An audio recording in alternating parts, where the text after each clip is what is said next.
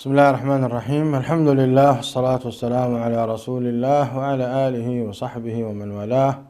مشاهدي الأكارم، سلام الله عليكم ورحمته وبركاته. أهلا وسهلا ومرحبا بكم في حلقة جديدة من برنامجكم رسالة سلام.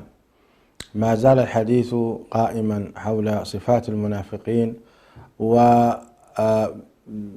وذكر بعض مواقفهم مع رسول الله صلى الله عليه وسلم السيئة، ومواقف النبي صلى الله عليه وسلم معهم النبيلة الكريمة التي تدل على حسن خلقه، مطبقا قوله عليه الصلاة والسلام: إنما بعثت لأتمم مكارم الأخلاق. وفائدة ذكرنا لتعامله عليه الصلاة والسلام مع المنافقين، لأن المنافقين في الحقيقة يتكررون في كل جيل وفي كل زمان ومكان قدرا من الله سبحانه وتعالى، وكذلك خوفا على أنفسهم وخوفا من المجتمعات، وبالتالي يظهر منهم النفاق. والنفاق كما تعلمون هو إبطان الكفر وإظهار الإسلام. فهؤلاء المنافقين ما زلنا نذكر قصصهم ومواقفهم السيئة مع النبي صلى الله عليه وسلم. من ذلك أنهم في غزوة تبوك كانوا مع الصحابة رضوان الله عليهم، فقال قائل منهم: ما رأينا قرائنا هؤلاء أرغب بطونا ولا أجبن عند اللقاء.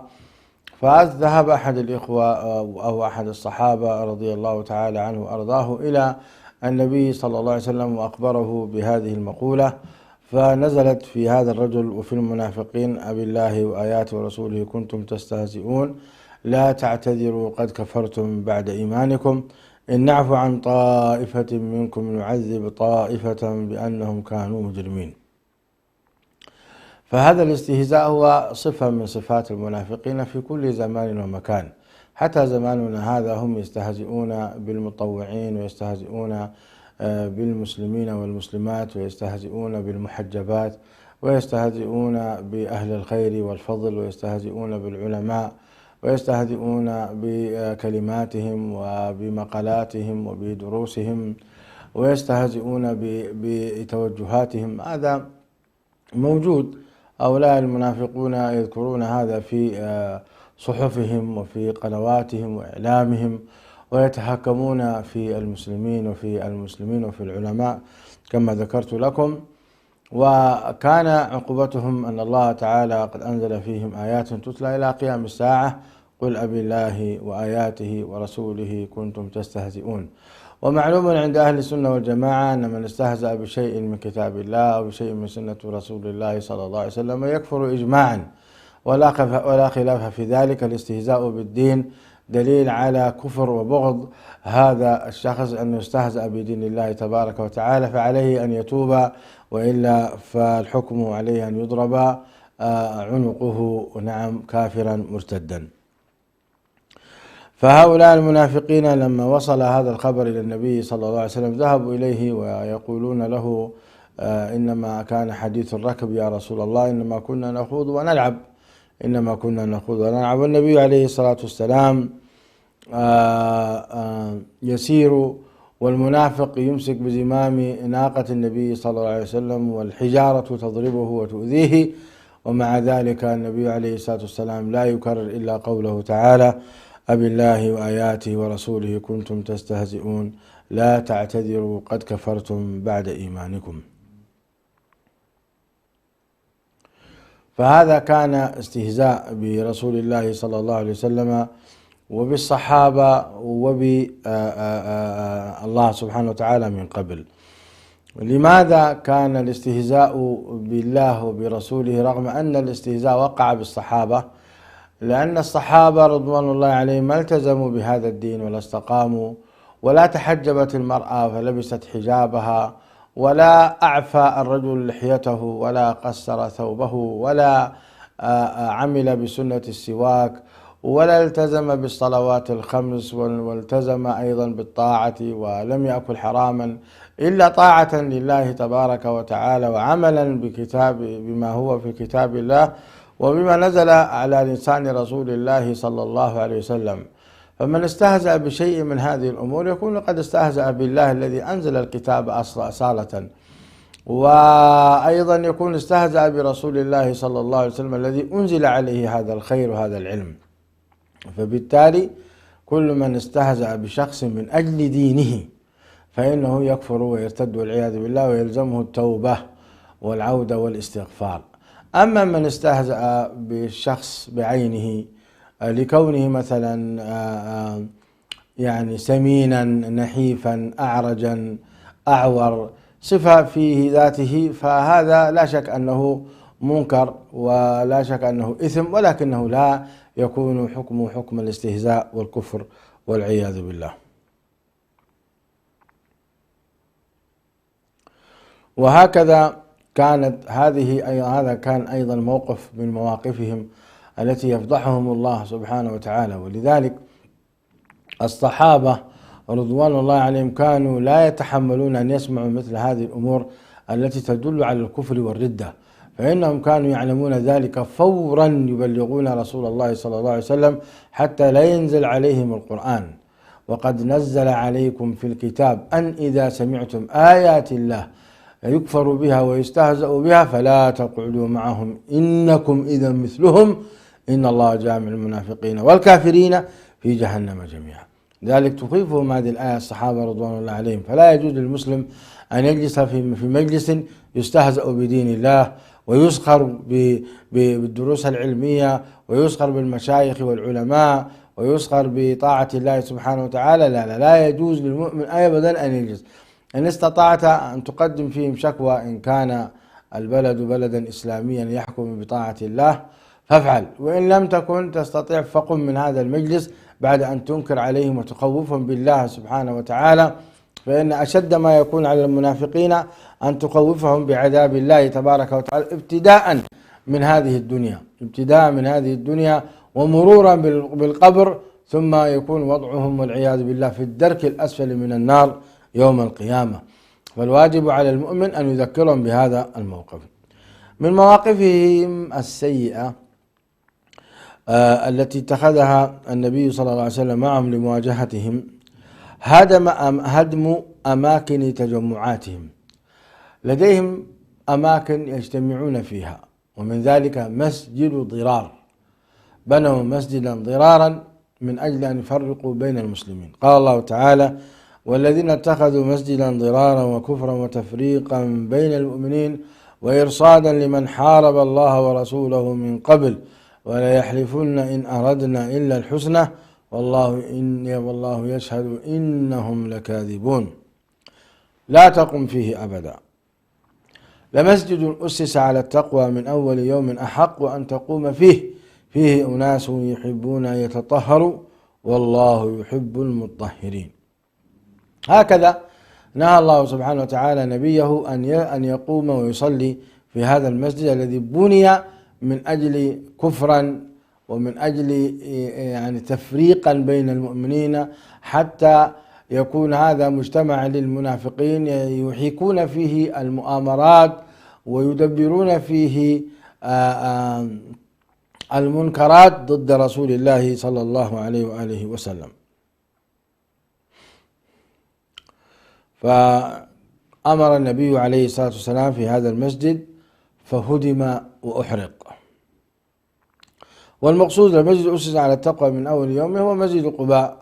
مسجد قباء زكاه الله سبحانه وتعالى بهذه التزكية التي قرأناها، فهو مسجد أسس على التقوى. النبي عليه الصلاة والسلام أول ما دخل في المدينة المنورة أقام فيهم 24 يوما، وقيل أقل من ذلك وقيل أكثر من ذلك، وبنى مسجد قباء وصلى فيه صلى الله عليه وسلم، وكان يزوره كل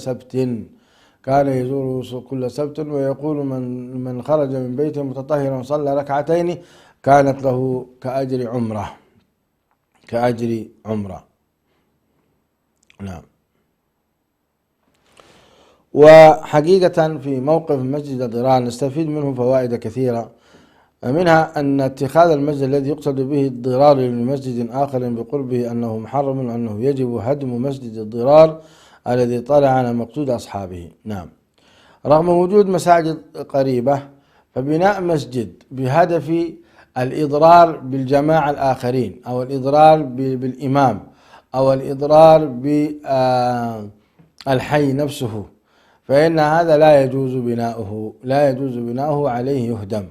هذه النقطة الأولى. الثانية أن العمل وإن كان فاضلا تغيره النية فإنه ينقلب منها عنه، كما قلبت نية أصحاب المسجد ضرار عملهم إلى ما ترى. نعم صحيح. يعني مثلا بدعوى الجاهلية بين أظهركم، النية طيبة بالنسبة للهجرة وبالنسبة لنصرة النبي عليه الصلاة والسلام، لكن لما نادى هذا يا للمهاجرين ويريد بها ضرب إخوانه المسلمين، ونادى هذا يا للأنصار ويريد بها ضرب إخوانه المهاجرين، أصبحت عفنة وأصبحت دعوة جاهلية، وقال لهم النبي عليه السلام دعوها فإنها منتنة.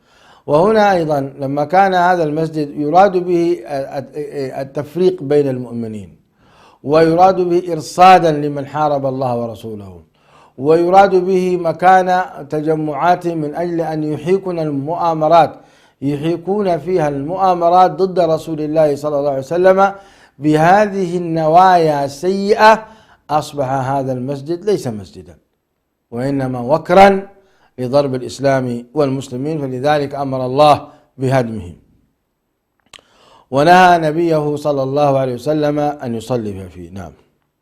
قال ومنها أن كل حالة يحصل بها التفريق بين المؤمنين فإنها من المعاصي التي يتعين تركها وإزالتها. نعم.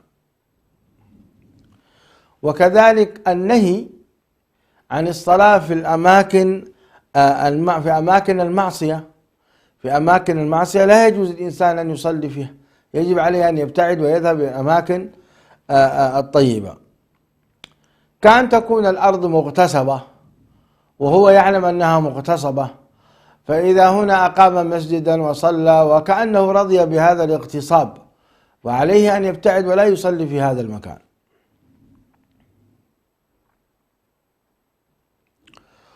ولذلك قيل أن المعاصي تؤثر في البقاع كما أن الطاعات تؤثر في البقاع أيضا. فمن صلى في مسجد الحرام مثلا فصلاته ب100,000 صلاة، وفي مسجد رسول الله صلى الله عليه وسلم فصلاته ب1000 صلاة، وفي المسجد الأقصى فك الله أسره من اليهود المحتلين فيعتبر الصلاة فيه ب500. فإذا هنا البقعة طاهرة، لكن الصلاة في مسجد ضرار محرمة، يأثم الإنسان إذا صلى في مسجد ضرار، ولذلك هدمه النبي صلى الله عليه وسلم، وكان قريبا من مسجد قباء. مسجد ضرار كان قريبا من مسجد قباء.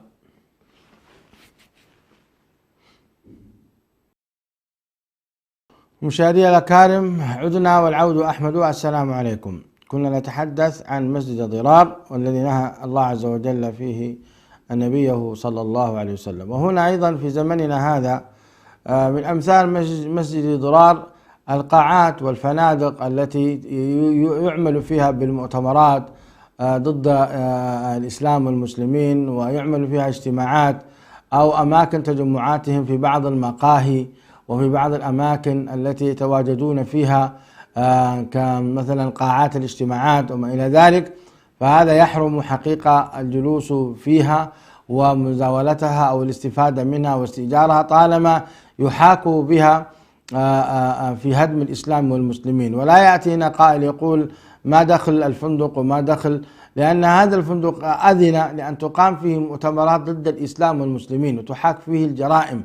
فالواجب على أن المسلم يبحث عن الفنادق والقاعات التي تكون معتدلة، ولا تسمح بحجة حرية الكلمة، لا تسمح بهذه المؤتمرات التي تكون صراحة معادية لله ولرسوله. مثال ذلك المؤتمرات التي تقام في الإساءة بالنبي صلى الله عليه وآله وسلم بالرسومات أو بالأفلام أو بغيرها. مثل هذه الفنادق وهذه القاعات يجب حقيقة للمسلم أن يهجرها تماما ويبتعد عنها، وبغيرها الحمد لله غنية. بل إن استطاع حكام المسلمين أن يغلقوا هذه الفنادق وأن يغلقوا هذه القاعات المجرمة التي تسمح بحجة الحرية الكاملة ضد ديننا وضد كتابنا وضد نبينا محمد صلى الله عليه وسلم، يجب على حكام المسلمين أن يوقفوا مثل هذه القاعات السيئة. هكذا عملا بقوله تعالى والذين اتخذوا مسجدا ضرارا، الآية الكريمة. ومن فوائد هذه الآية في قوله تعالى لمسجد أسس على التقوى من أول يوم أحق أن تقوم فيه، قلنا أن هذا في مسجد قباء، فيقولون العلماء من باب أولى أن مسجد رسول الله صلى الله عليه وسلم هو أولى من مسجد قباء، فيكون أيضا هو بني على أساس تقوى من الله سبحانه وتعالى. هناك أحاديث قد وردت في ذلك يؤكد فيها النبي صلى الله عليه وسلم أن مسجد النبي عليه الصلاة والسلام أيضا أسس على تقوى من الله سبحانه وتعالى.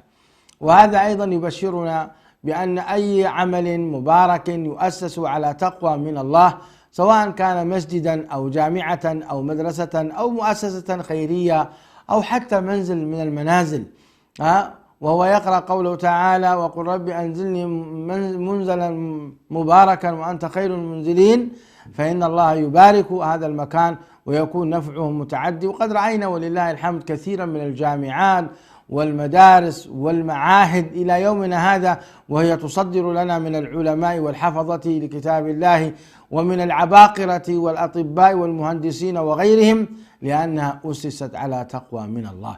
ولا يزال مسجد قباء ولا يزال مسجد رسول الله صلى الله عليه وسلم إلى هذه اللحظة وقد حفظه الله عز وجل وهيأ له الدول والحكام عبر أكثر من 1400 عام، وهو يحفظ الله تبارك وتعالى مسجده ومكانه. قد سدر لنا من العلماء العاملين إلى يومنا هذا وهو يزخر مسجد النبي عليه الصلاة والسلام بالأئمة الكبار والعلماء الفطاحلة من حفظة كتاب الله وسنة رسوله ويبلغون الناس بدين الحق، ولله الحمد. نسأل الله أن يحفظ علماءنا وأن يرفع عنهم الغمة وأن يوفقهم لكلمة الحق والصدع بكلمة الحق وأن لا يخشوا في الله لومة لائم، آمين.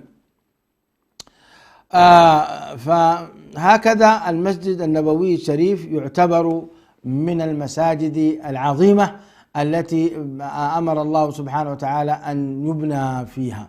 ولذلك الناقة لما أخذت برسول الله صلى الله عليه وسلم كان النبي عليه الصلاة والسلام يقول دعوها فإنها مأمورة، فذهبت هذه الناقة وبركت في مكان بأمر الله سبحانه وتعالى، بركت في المكان الذي يعني قد بركت في مكان بعد ذي بدء ثم قامت منه بركة في مكان آخر، فقال النبي عليه الصلاة والسلام ابنوا ها هنا مسجدا.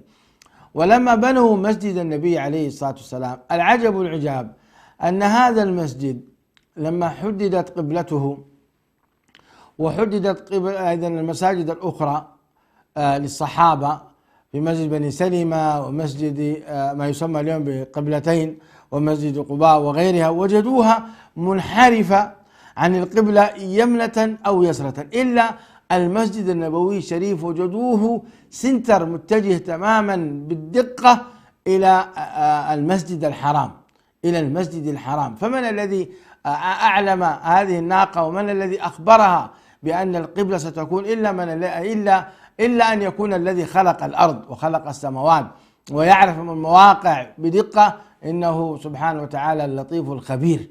وهذه ناقة دابة لا تفقه ولا تعلم، ولكن الله عز وجل يؤتي فضله من يشاء والله ذو الفضل العظيم. هذه الناقة تشرفت بحمل رسول الله صلى الله عليه وسلم وأخذه إلى هذا المكان، وكان حقيقة الدواب تفرح والحجارة تفرح والأشجار تفرح برسول الله صلى الله عليه وسلم، والمنافقون يعادون النبي عليه الصلاة والسلام. انظر إلى هذه التعاسة وإلى هذه حقيقة يعني إلى هذه الحظوظ السيئة. المنافق عدو للنبي عليه الصلاة والسلام، وجذع النخلة بداخل المسجد النبوي الشريف يحن للنبي صلى الله عليه وسلم ويبكي لما صنعت تلك المرأة منبرا للنبي عليه الصلاة والسلام في أواخر الهجرة النبوية، يعني في السنة 9 صنع المنبر، وما قبله كان النبي عليه الصلاة والسلام يخطب واقفا ويتكئ على جذع، كان هذا الجذع هو عبارة عن نخلة مقصوصة، كان النبي صلى الله عليه وسلم يتكئ إليها ويخطب. هذا الجذع كان يفرح ويسعد كثيرا أن النبي صلى الله عليه وسلم يخطب مستندا عليه، فلما صنع هذا المنبر تركه النبي صلى الله عليه وسلم وقام يخطب، فأنطق الله هذا الجماد بصوت سمعه الصحابة كأنه صوت طفل، صوت طفل يبكي، كأنه صوت طفل يبكي حنانا إلى النبي صلى الله عليه وسلم. وهؤلاء المنافقين كعبد الله بن أبي بن سلول، انظر إلى قساوة قلوبهم، كيف أنهم لا يحترمون النبي عليه الصلاة والسلام ولا يقدرونه. فنزل النبي عليه الصلاة والسلام من المنبر واحتضن هذا الجذع الذي يصدر صوت الحزين. هذا هو نبيكم عليه الصلاة والسلام، هذا هو صلى الله عليه وسلم، يتعامل مع الجماد بهذا الرقي وبهذا الأخلاق، فكيف مع البشر؟ ولذلك أنتم تتعجبون من موقف النبي عليه الصلاة والسلام في وفاة هذا الخبيث عبد الله بن أبي بن سلول. اسمع، يقول: لما رجع النبي صلى الله عليه وسلم من غزوة تبوك توفي ابن سلول، فصلى عليه الرسول صلى الله عليه وسلم وكفنه بقميصه هذا مع أذيته لرسول الله صلى الله عليه وسلم وللمؤمنين. عن عبد الله بن عمر رضي الله تعالى عنهما قال: جاء عبد الله بن أبي بن سلول إلى النبي صلى الله عليه وسلم حين مات أبوه، فقال: أعطني قميصك أكفنه فيه وصل عليه واستغفر له. فأعطاه قميصه وقال: إذا فرغتم فآذنوني. فأتى رسول الله صلى الله عليه وسلم وعبد الله بن أبي بعدما أدخل حفرته فأمر به فأمر به فأخرج فوضعه على ركبتيه ونفث عليه من ريقه. انظروا. وقال عمر: فلما قام رسول الله صلى الله عليه وسلم ليصلي عليه وثبت إليه فقلت: يا رسول الله، أتصلي على هذا؟ أتصلي على ابن أبي وقد قال يوم كذا وكذا كذا وكذا؟ أعدد عليه قوله، يعني بدأ يذكر مجموعة من الأقوال التي كان يقولها عبد الله بن أبي بن سلول. قال: فتبسم رسول الله صلى الله عليه وسلم وقال: أخر عني يا عمر، أخر عني يا عمر.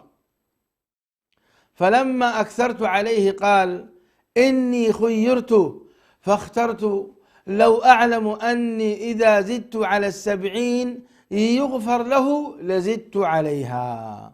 قال: فصلى عليه رسول الله صلى الله عليه وسلم ثم انصرف، فلم يمكث إلا يسيرا حتى نزلت الآيتان من براءة: ولا تصل على أحد منهم مات أبدا ولا تقم على قبره إنهم كفروا بالله ورسوله وماتوا وهم فاسقون. تعجبتم كيف النبي صلى الله عليه وسلم ختمها مع هذا الرجل بخير؟ نعم، هذه أخلاق رسول الله صلى الله عليه وسلم، هذه أخلاق الأنبياء. مات أبي بن سلول بعد أن رجع النبي عليه الصلاة والسلام من غزوة تبوك، فذهب إليه عبد الله بن أبي بن سلول يقول له: أعطيني قميصك يا رسول الله أكفن فيه أبي، وتعالى فصل عليه. الطلب من هذا الرجل الصالح عبد الله بن أبي بن سلول، أبوه منافق وهو رجل صالح. سبحان الذي يخرج الحي من الميت، يخرج الحي عبد الله من الميت ابن سلول. فقام النبي عليه الصلاة والسلام وقبل هذه الدعوة وأعطاه قميصه وقال له: إذا جهزت فبلغني. فلما كفنوه بالقميص وأنزلوه في الحفرة نادوا النبي عليه الصلاة والسلام وقال له: الجنازة جاهزة. فجاء النبي عليه الصلاة والسلام قال: أخرجوا الجنازة. فخرجت الجنازة وأخذ ابن سلول وضعه بين ركبتيه. شوف تعامل هذا النبي عليه الصلاة والسلام، وهذا نبراس لنا أن نتعامل مع إخواننا باللطف. حتى المنافق نفسه، المنافق الذي أنت تعلم أنه منافق وعدو للدعوة، حاول أن ترفق به لعل الله أن يهديه، خصوصا إذا كان من خلفه مصلحة. فما هي مصلحة النبي عليه السلام؟ يقعده في ركبته، ثم أيضا ينفث عليه من ريقه الطاهر صلى الله عليه وسلم. ريق النبي عليه السلام طاهر، يراق في هذا المنافق. انظروا إلى هذا الوضع. ثم أيضا قام ليصلي عليه. من جاء؟ جاء الفاروق عمر بن الخطاب، فقال: يا رسول الله، أتصلي على هذا؟ تصلي على ابن أبي الذي قال كذا وكذا. وبدأ يعدد للنبي عليه السلام ما قال: ليخرجن الأعز منها الأذل. ولما قال: لا تنفقوا على من عند رسول الله. ولما اتهم عائشة رضي الله عنها وأرضاها بالزنا، منافق. آذى النبي عليه الصلاة والسلام، شد أذاه، هو وأصحابه أذوا النبي صلى الله عليه وسلم. ومع ذلك شوف كيف يتعامل هذا النبي الكريم. افخروا برسول الله صلى الله عليه وسلم، افخروا بهذا الدين العظيم، نفتخر بهذا الدين العظيم الذي جاء بهذه الأخلاق السامية العالية. ومن يستطيع على هذا؟ من يقدر على هذا إلا نبي كريم قد أتاه الله. ولذلك الله زكاه فقال: وإنك لعلى خلق عظيم. مشاهدي الأكارم، الموقف صعب. عبد الله بن أبي ينظر إلى هذا الوضع. الخزرج الذين هم أتباع عبد الله بن أبي بن سلول، مؤمنهم ومنافقيهم، ينظرون أيضا إلى هذا الموقف. احترام النبي عليه الصلاة والسلام لسيدهم وتقديره له. فانظروا، يكفنه ويقرأ عليه وينفذ ويستغفر الله أكثر من 70 مرة. يعني لأن الله عز وجل قال: استغفر لهم أو لا تستغفر لهم، إن تستغفر لهم 70 مرة فلن يغفر الله لهم. ففهم النبي عليه الصلاة والسلام لو زاد على 70 أن الله يغفر لهم سيستغفر لهم. شايف؟ قال: ولم أنهى عن الزيادة عن ذلك، لم أنهى. يقول انظر النبي عليه السلام يأخذ بكل الرخص في سبيل أن يتعامل مع هؤلاء المنافقين، لعل الله عز وجل أن يهديهم أو يهدي من بعدهم. فكان هذا التعامل الرقي أنه أراح قلب ابنه عبد الله بن بن أبي بن سلول الرجل الصالح. ثانيا أراح أيضا قومه الخزرج فيهم مؤمنين، استقبلوا النبي عليه السلام ويعتبرون من الأنصار، فهؤلاء أيضا أراح قلوبهم رغم أن هذا منافق، ولكن هو احتراما لهم من أجلهم فعل هذا النبي عليه الصلاة والسلام. وأيضا يقولون بعض أهل العلم أن هذا الموقف كان سببا لإسلام بعض المنافقين أو لتحسن أوضاعهم مع رسول الله صلى الله عليه وآله وسلم. لقد كان لكم في رسول الله أسوة حسنة لمن كان يرجو الله واليوم الآخر وذكر الله كثيرا. فلما أراد النبي عليه الصلاة والسلام أن يسلم قال ما قال الفاروق، فأنزل الله عز وجل قوله تعالى: ولا تصلي على أحد منهم مات أبدا ولا تقم على قبره إنهم كفروا بالله وبرسوله وماتوا وهم فاسقون.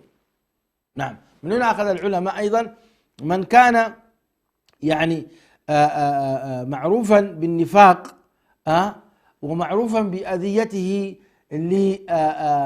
للمؤمنين والمسلمين فلا يجوز الصلاة عليه، لا تصلي عليه، خصوصا إذا كنت أنت من أهل الفضل والعلم والمكانة وتعلم أن المنافق هذا الذي كان يسب الدين ويسب المطوعين ويتكلم في ذات الله تبارك وتعالى ويغرد بتغريدات كلها عداوة للإسلام والمسلمين، وهو اسمه مثلا زيد أو بكر ابن فلان وابن فلان من الأسماء الإسلامية، لا تصلي على هذا.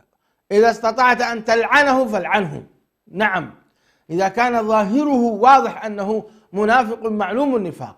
لكن إذا كان هناك شك فادعو الله يا أخي، ادعو الله لعل الله أن يغفر له، ادعوه. ماذا نستفيد نحن من عذاب هذا المنافق وهو الآن بين يدي رسول الله صلى الله عليه وسلم، بين يدي الله عز وجل؟ ادعو له إذا كان في أمره شك، يعني كان بين الخير والشر، تارة يميل قلبه إلى أهل الخير وتارة يميل قلبه إلى المنافقين، فكلنا ذو خطأ، مثل هذا يستغفر له لعل الله عز وجل أن يغفر الله له. من العجائب يحكى عن موريتانيا أنه كان رجلا يسمى هميمة. هذا الرجل كان من أفسق عباد الله في تلك المنطقة. فلما حانت وفاته أتي به لإمام مسجد فقالوا له صلوا عليه، فكبر الإمام. يقال هذا لا أدري عن صحته حتى لا يزعل من أهل موريتانيا. فقال اللهم هذا عبدك هميمة، إن كان صالحا فإنها لغريبة، وإن كان فاسقا فهذا المظنون، اللهم فنزل من حميم وتصلية جحيم. وبدأ يدعو على هذا الميت. هكذا يحكى ولا أظنها صحيحة. حقيقة أهل بريطانيا أهل فضل وعلى خير، وعلماءنا ومشايخنا وقد قرأنا عليهم، نسأل الله تعالى أن يحفظهم ويزيدهم من فضله، آمين.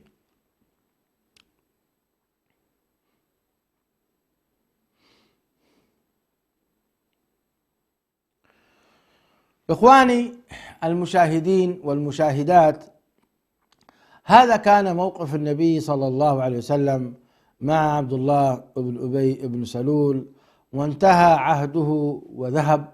وبعدها عاش النبي صلى الله عليه وسلم إلى حد ما مرتاحا من خبث هؤلاء المنافقين، ولكن كانت لا تزال لديهم بعض الأمور، وإن كانت قليلة، لكن كان عبد الله بن أبي بن سلول هو الذي يحركهم، وكان حقيقة يكون ضد النبي صلى الله عليه وآله وسلم. لكن هذا لا يعني أنهم انتهوا، فإن هناك أيضا بعض المنافقين كانوا يتحدثون بكلمات سيئة. وكما أخبرتكم أن الصحابة كانوا لا يتحملون أن يقال شيئا منكرا عن رسول الله صلى الله عليه وسلم. أنتم رأيتم من الرجل الذي قتل تلك المرأة، زوجته قالت في النبي عليه الصلاة والسلام كلاما سيئا، سبت النبي صلى الله عليه وسلم، فما تحمل الرجل وأخذ سيفا وبقر بطنها، فحمل للنبي عليه الصلاة والسلام وكان كفيفا. قال لما فعلت هذا؟ قال أسمعتني فيك ما أكره يا رسول الله. قال أسمعتني فيك ما أكره الله. فأهدر النبي عليه الصلاة والسلام دمها، لأنه سب النبي عليه السلام كفر. إذا سب النبي عليه الصلاة والسلام فمن الذي إذن سيبقى طاهرا عزيزا؟ من؟ إذا انتقد النبي صلى الله عليه وسلم في أمانته وسب وشتم صلى الله عليه وسلم انتهك الدين تماما، وضاع الإسلام تماما. ولذلك النبي عليه الصلاة والسلام قداسته عظيمة، وسبه والعياذ بالله كفر وردة. ولذلك كان لا بد أخذ من هذه الأمور بعين الحزم. وانظروا كيف انتقم الله سبحانه وتعالى لنبيه صلى الله عليه وسلم. رأيتم كيف صفع هذا الرجل الشاب، هذا الرئيس، صفعه بوجهه صفعة أراحت قلوب المسلمين. هذه صفعة في الدنيا، وما عند الله إن لم يتب هذا الرجل أشد وأبقى. صفعة في وجه هذا الرجل طخ سعدنا بها جميعا. هذا عقوبة من الله سبحانه وتعالى لهذا الرجل، لأنه تجرأ على النبي صلى الله عليه وسلم عملا بقوله تعالى إنا كفيناك المستهزئين، وعملا بقوله تعالى والله يعصمك من الناس. نعم. فهذا الرجل بقر بطنها، والنبي عليه الصلاة والسلام أهدر دمها وأطلق سراحه، ماتت. ليه؟ سبت النبي صلى الله عليه وسلم. انظروا إلى موقف جلاس ابن سويد أحد المنافقين. كان تحته صحابي جليل اسمه عمير ابن سعيد رضي الله عنه وأرضاه.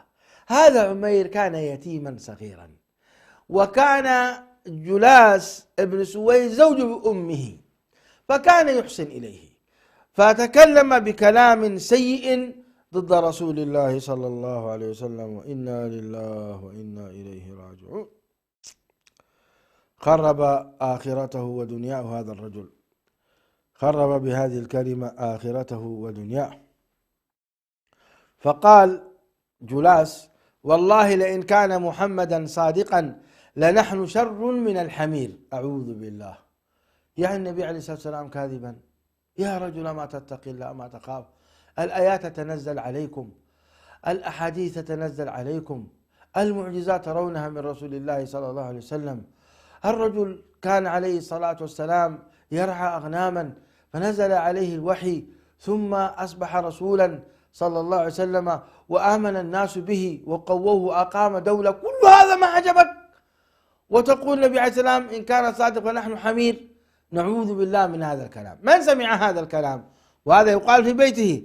سمعه هذا المؤمن عمير بن سعد فقال غاضبا: يا جلاس، لقد كنت أحب الناس إلي وأحسنهم عندي أثرا وأعزهم علي أن يدخل عليه شيء يكرهه، والله لقد قلت مقالة لئن ذكرتها لتفضحنك ولئن كتمتها لأهلكن وإحداهما أهون علي من الأخرى. فهمتم كلامه؟ يقول أنت قلت كلمة سيئة، إن أنا فضحتك مشكلة، أنت أحسنت إلي، وإن أنا كتمتها فضحت وأنا هلكت. كيف أكتب مثل هذا كلام؟ معناته أنا موافق لك. فأصبح في حرج. وإحداهما أهون علي من الأخرى، يعني بدل ما أنا أهلك لا أنت أهلك. نعم. فذكر للنبي صلى الله عليه وسلم مقالة الجلاس. راح أخبر النبي عليه الصلاة والسلام. جلاس يقول كذا كذا يا رسول الله. فالنبي عليه السلام ليس من عادته أن يأخذ بأي قرار حتى يتأكد. نعم. ويعمل بقوله فإن جاءكم فاسق بنبأ فتبينوا. فبعث النبي عليه الصلاة والسلام لجلاس فسأله عما قال عمير، فحلف الجلاس بالله لرسول الله صلى الله عليه وسلم: لقد كذب علي عمير وما قلت ما قال يا عمير، وما قلت ما قال عمير. شفتم؟ كذب. وهذه حركتهم المنافقون حينما يصلون عند مرحلة إصدار القرار ورفع السيف والبتر، يقولون إنك لرسول الله، نشهد إنك لرسول الله.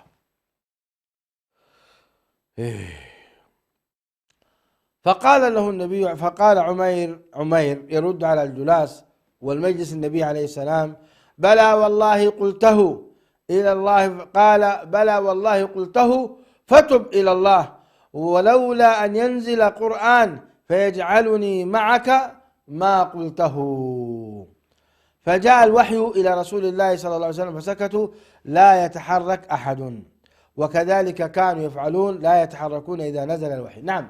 وهم أثناء الجلوس نزل الوحي إلى النبي صلى الله عليه وسلم. إذا نزل الوحي تعرفون يتغير وجه رسول الله صلى الله عليه وسلم في اليوم شديد البرد، يتصفد عرقا ويكون جسمه ثقيل جدا، حتى إن أحد الصحابة يوما ما نزل الوحي ورجله تحت فخذ رسول الله صلى الله عليه وسلم، فلما نزل أصبح النبي صلى الله عليه وسلم ثقيل، قال: خشيت أن ترد قدمي. ترد يعني تكسر. هذا يعني ما يعانيه النبي عليه السلام من شدة نزول القرآن الكريم: إنا سنلقي عليك قولا ثقيلا.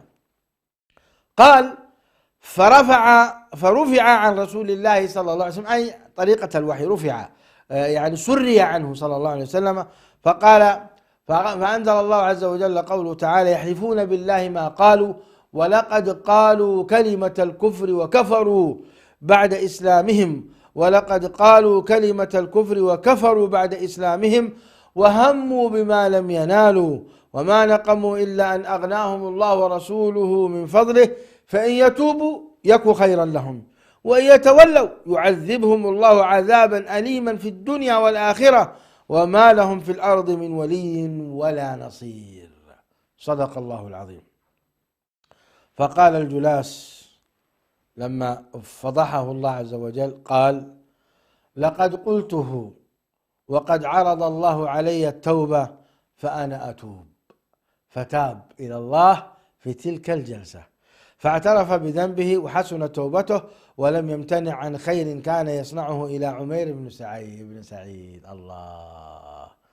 الله رأيتم من يتقي الله يجعل له مخرجا ويرزقه من حيث لا يحتسب. لو كان الجلس، وكثير من الناس اليوم يكتم النفاق عن أبيه عن أمه وعن أخواته، يكتم، ما يتحدث ولا يذكر بالله ولا يخوف بالله، يكتم، يخجل والعياذ بالله، في حين أنه لو اتقى الله لوقاه الله، وربما يكون هذا العمل سببا في توبة المنافق الذي أمامه، كما فعل عمير بن سعيد الذي ولاه عمر بن الخطاب إحدى ولايات في الشام، أظنها في منطقة حمص، بحمص كان واليا هذا الصحابي الجليل عمير بن سعيد، الذي اشتكاه أهل حمص لعمر بن الخطاب في 3 مواقع أو مواقف أذكرها لكم لاحقا إن شاء الله. هذا أسأل الله تبارك وتعالى أن يقينا نحن وإياكم من شر النفاق وبلائه، وأن يطهر قلوبنا من النفاق وأعمالنا من الرياء. مشاهدي الأكارم، أستودعكم الله الذي لا تضيع ودائعه حتى ألقاكم في الأسبوع القادم على خير إن شاء الله. هذا أخوكم برهان يحييكم، والسلام عليكم ورحمة الله.